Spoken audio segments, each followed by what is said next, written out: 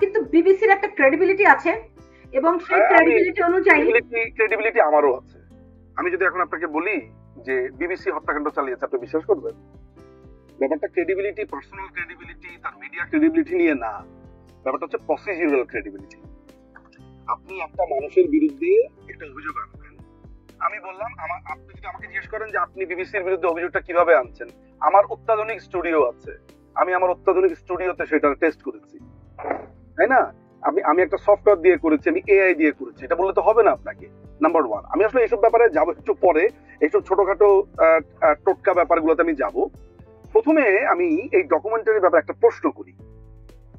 এই ডকুমেন্টারিটা দেখলাম, ঠিক আছে? এই ডকুমেন্টারিটাতে প্রথম ব্যাপারটা কি বলা হয়েছে, মূল বক্তব্যটা যেটা বুঝলাম আমি, সেটা হচ্ছে যে বাংলাদেশ আওয়ামী লীগ, মূলত বাংলাদেশ আওয়ামী লীগের থেকে মাননীয় প্রধানমন্ত্রী স্টুডেন্টদের উপরে স্টিম রোলার চালিয়েছে, তিনি খুন করেছে বা খুন করার নির্দেশ দিয়েছে। এই তো হচ্ছে মূল ব্যাপারটা।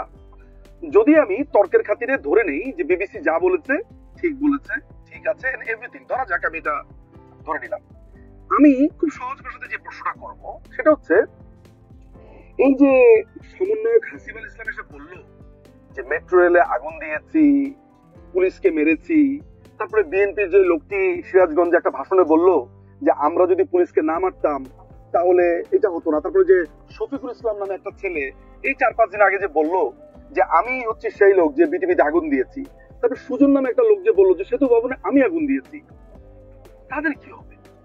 মানে আমি একই যাত্রাতে ফল কয়টা এটা আমার জানা প্রয়োজন। একই যাত্রাতে ফল কি 2 রকম নাকি ফলটা একরকম আসলে? তো আমার তো এটাও জানা প্রয়োজন যে মাননীয়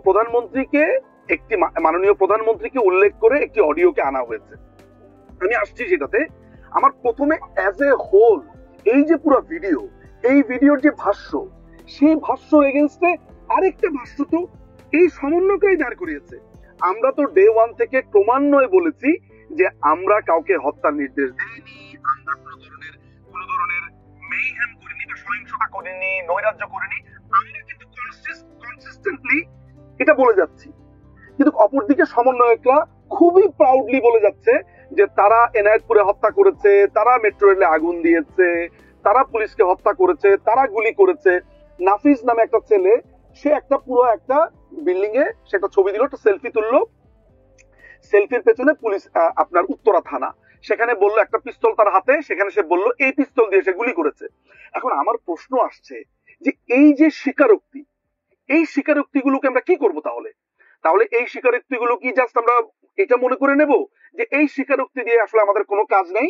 বিবিসি বলেছে, বিবিসির ল্যাবে টেস্ট করেছে, এইটাই আইন, নাম্বার 1। এইবার আসি আমি একটু ডকুমেন্টারির ভেতরে। এই ডকুমেন্টারির 7 বা 8 মিনিটে বলা হচ্ছে যে আওয়ামী লীগের এগেইনস্টে যখনই কেউ কিছু বলতো তাকে জেলে পড়া হতো। আপনি দেখুন ওই 7 বা 8 নাম্বার মিনিটে এটা আছে। সেখানে আপনার ওই যে দেখানো হচ্ছে ওই যে আপনার ওই যে ক্যান্টনমেন্টে যে ওরা গিয়েছিল, যেটাকে তারা আয়নাঘর বলে অভিহিত করা হচ্ছে, সেটার ছবি আর পেছনেই নেপথ্য কণ্ঠ।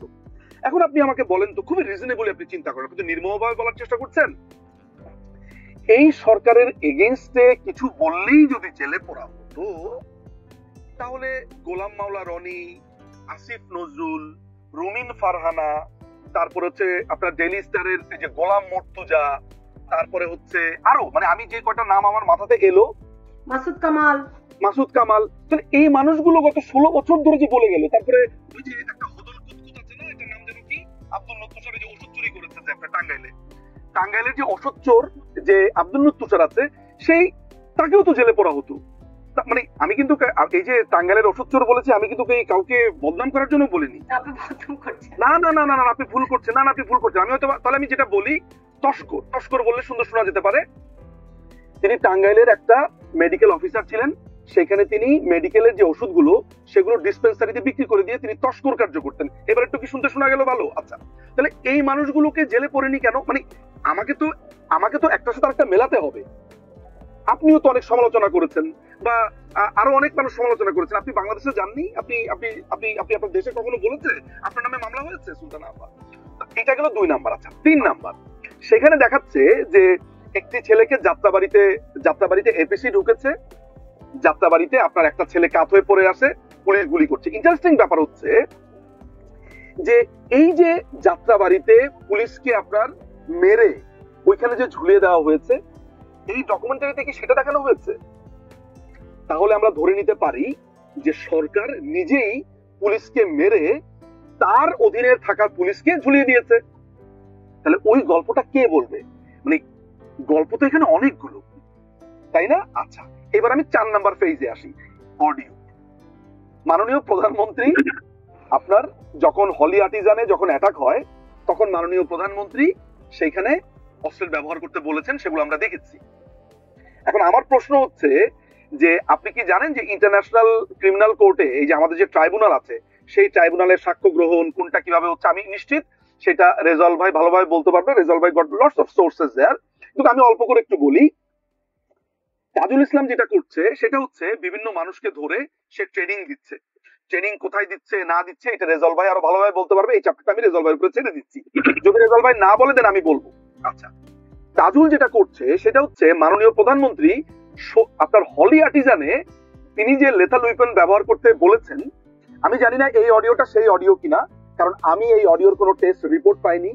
এই অডিও কোন ল্যাবে কোনো টেস্ট করা হয়নি, ফলে আমি এটা বলতে পারবো না। তবে মাননীয় প্রধানমন্ত্রী তো অ্যাকশন নিতে বলেছেন আর্মিকে, যে ওই হলি আর্টিজানের সময় এই ভিডিওটা, এই অডিওটাকে যদি আমি সত্য ধরে নেই, তাহলে কি সেটার অডিও? আচ্ছা, এই অডিওর 18 সেকেন্ড কেন? এই অডিওর আগে পরে কোথায়? মাননীয় প্রধানমন্ত্রীকে 18 সেকেন্ড কথা বলেছেন, তাহলে আগে পরে কি বলেছে একটু শুনি।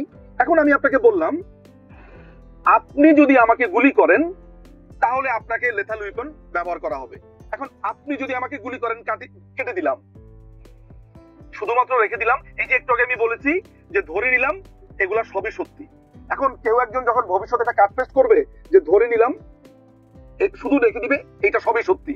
আমি বলেছি ধরে নিলাম, ধরেন আওয়ামী লীগ এটা করেছে, এই আমার ধরে নিলামটা বাদ দিয়ে ওরা ধরেন এখন অনলাইনে ছেড়ে দিল আওয়ামী লীগ এটা করেছে, হেডিং দিবে কি নিজুম মজুমদার স্বীকার করেছে এটা আওয়ামী লীগ করেছে, তাই না? এটা তো সম্ভব। এবং মাননীয় প্রধানমন্ত্রীর কোন একটা ভয়েস আমি যদি এই যে suno.ai নামে একটা ওয়েবসাইট আছে বা 11 ল্যাব একটা এআই আছে, সেখানে মাননীয় প্রধানমন্ত্রীকে আপনি তার ভয়েসটা দিবেন, দেওয়ার পরে আপনাকে 15 থেকে 20 মিনিট সময় নেবে, তারা মাননীয় প্রধানমন্ত্রী